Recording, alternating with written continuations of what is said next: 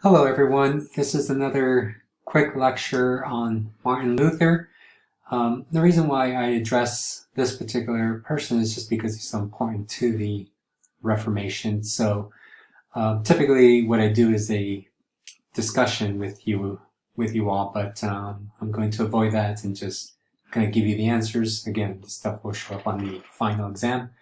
So I'll be brief and quick and again, jot down some notes. That way you have it so when you take the final.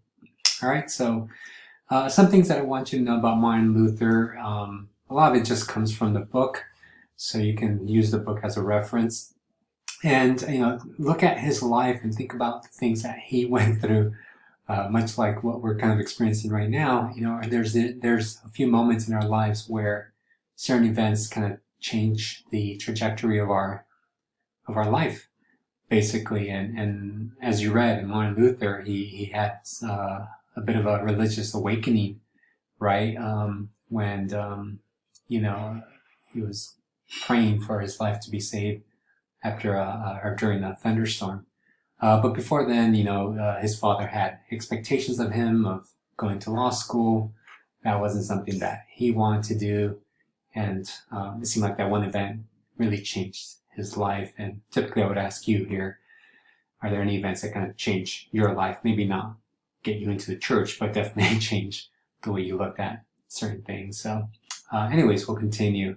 One thing that we noticed with not only Martin Luther, but the rest of Catholic Europe is that people were very critical of the church because of the things that they were doing. So things that we've covered already, or things that this book addresses, is that you have some of the most corrupt people in the Catholic Church, as bishops, even priests, but all the way to the position of Pope, as you saw in the video with the Medicis. You have a pirate becoming Pope, which is a bit of a career shift, 180.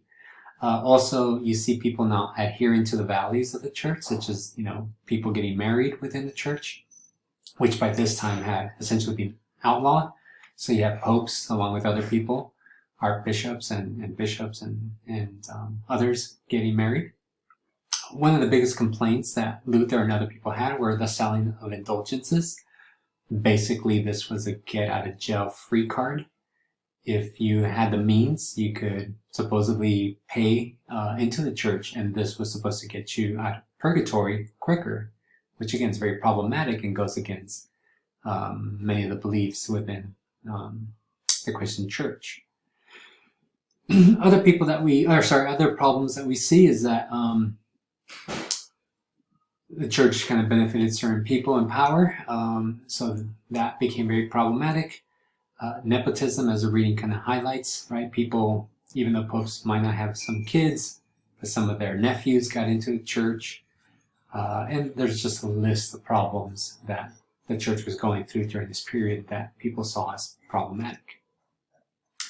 We're going to skip this question, but I do want you to understand that Martin Luther represents part of this educational movement that is happening in the Renaissance, right? People are reading the Bible on their own, and they're interpreting. They're not just guessing, but they're actually analyzing what it says.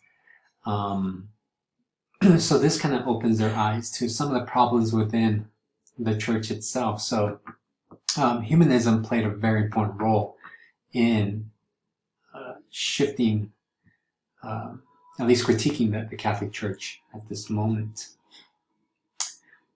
Some of the kind of basic ways that the book highlights as to how Luther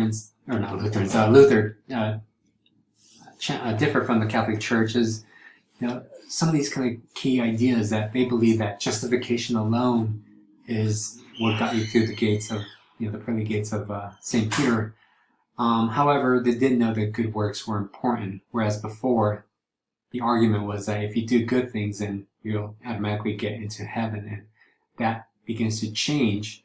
It's not just a guessing game. A lot of these people are reading the Bible, and they are using dogma, the New Testament to come up with these conclusions. So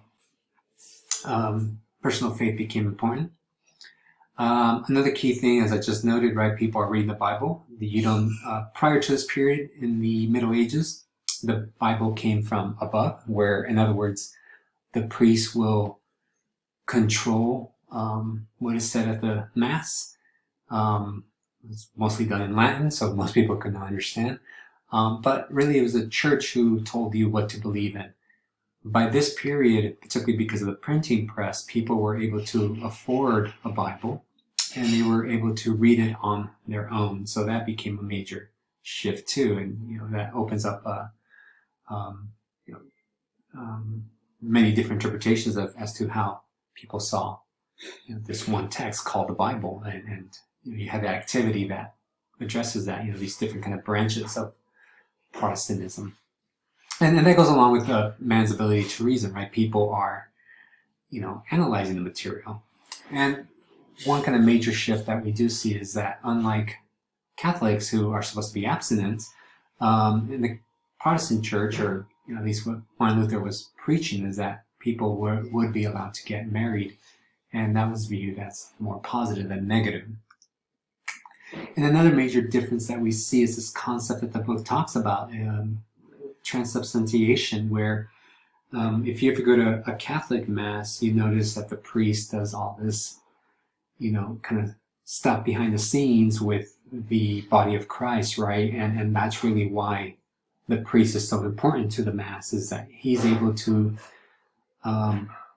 somehow get the spirit of Jesus and put it on this bread, and then he's the one, he's the in-between the spiritual and the material world, where he gives you this piece of bread and you consume the body of Christ. So in the Catholic Church, the bread that you take in Mass is not symbolic, it's the actual body of Christ, and that's part of the reason why you need the priest. Luther kind of argues the opposite, where they don't believe in transubstantiation. They believe that the bread is more symbolic than the actual body itself. Right? Again, this is in your book.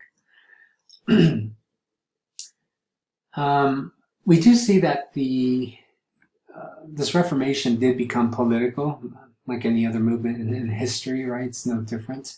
And one of the best examples is the Peasants' Rebellion, where Luther surprisingly actually took the position of the monarchy.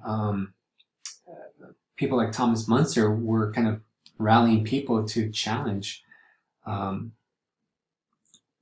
kings, but Luther actually went against that and arguing that kings were ordained by God, kind of going back to that debate of the Middle Ages, right? Who's the higher power, the church or the state?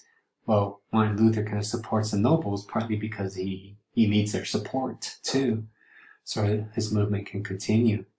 But basically that medieval picture that I showed you at the beginning of the semester is no longer applicable by this period, because kings begin to see themselves as separate from the church. So the nobles or the kings are above the church by this period.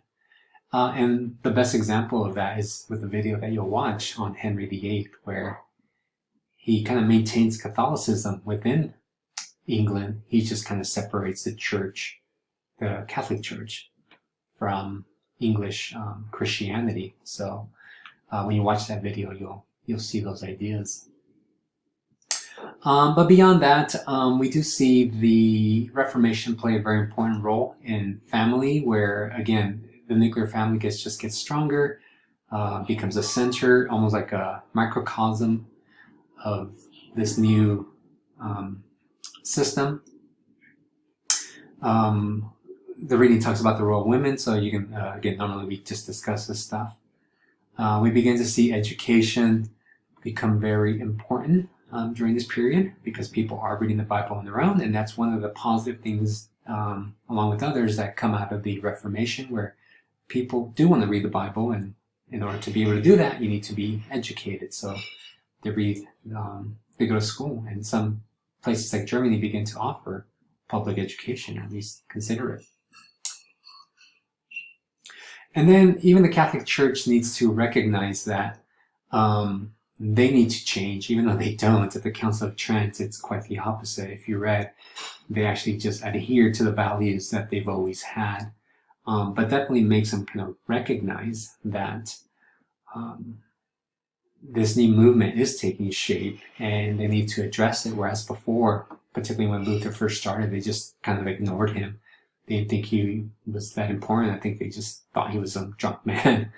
And now they definitely had something to address, and the council tried to address some things. Actually, they became more ardent in their beliefs, but nevertheless, the Council of Trent became very important in at least bringing up these topics, even though we just reaffirmed many of the beliefs that they had.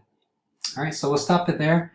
And again, the book talks about most of this, so instead of doing a discussion, I just wanted to lecture it for you right away. All right, have a good day.